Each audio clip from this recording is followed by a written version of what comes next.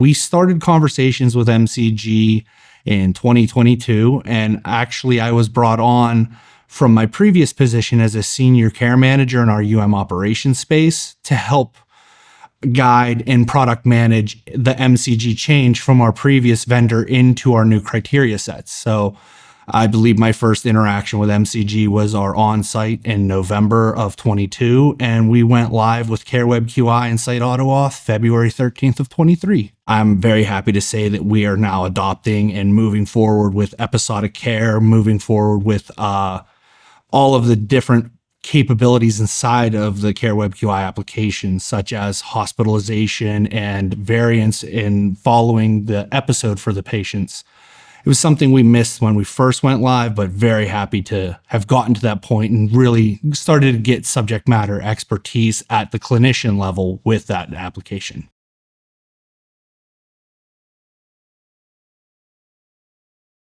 Product-wise, I like the UI is good. It's being improved, and I love the improvements I've seen while I've been here. I like the functionality of embedding notes into the guidelines for the CareWeb QI function. It really helps if you have savvy clinicians using an Indicia product. They can note specifically on the guidelines, driving that review and really helping to point the clinicians in the correct direction whenever we're looking at that clinical information coming in. As far as the Site AutoAuth, I'm excited to see the expanding that we're going to be planning and doing for Highmark as we go from just our inpatient urgent focus in Site AutoAuth and expand into our prior authorization areas, which is really going to start to impact the lives of our members. One of the things that we are finding the most helpful out of the MCG product is inside of Site AutoAuth, we can use the list configurators to generate out the high changeover values, be they procedure codes, diagnosis codes, guidelines, the things that are going to change frequently. We can manage those using Excel lists and uploading them directly into our list configurators. And then in the rules configurator, just using a line of logic that calls to that list. So rather than rewriting a rule every time we want to make a change, we're instead updating an Excel document with what codes we want to add or remove, uploading that, and our entire rule set has been updated in one click rather than going through and rewriting logic.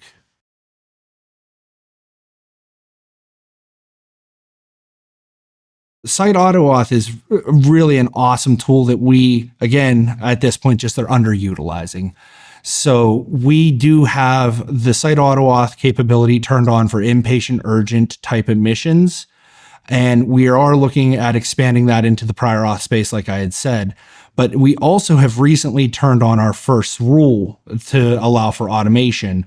And with this first rule getting turned on and seeing the statistics and seeing the data coming back from this, I am now able to have meaningful conversations with my leadership about this is the capabilities. Here is just a taste of what we have.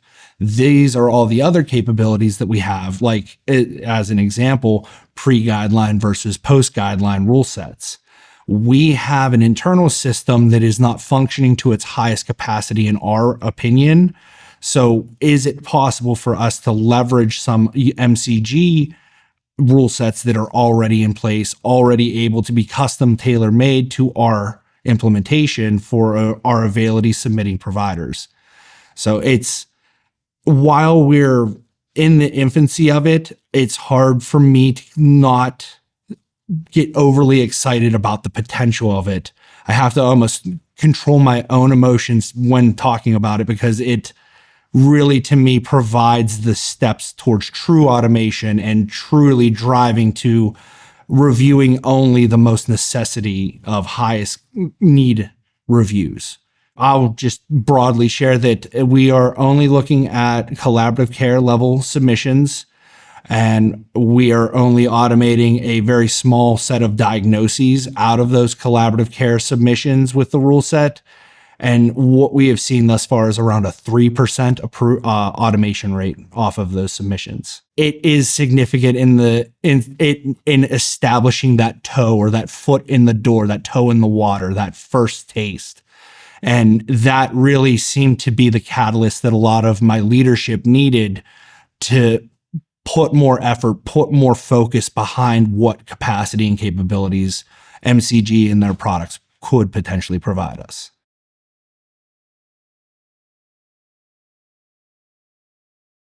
We started seeing results where a submission would be sent and we would have a definitive answer, including the authorization detail, in seconds to a minute versus waiting 10, 15, 20, 90 minutes on a phone or checking continuously on a portal to see, is the status changed? They had that information in near real time.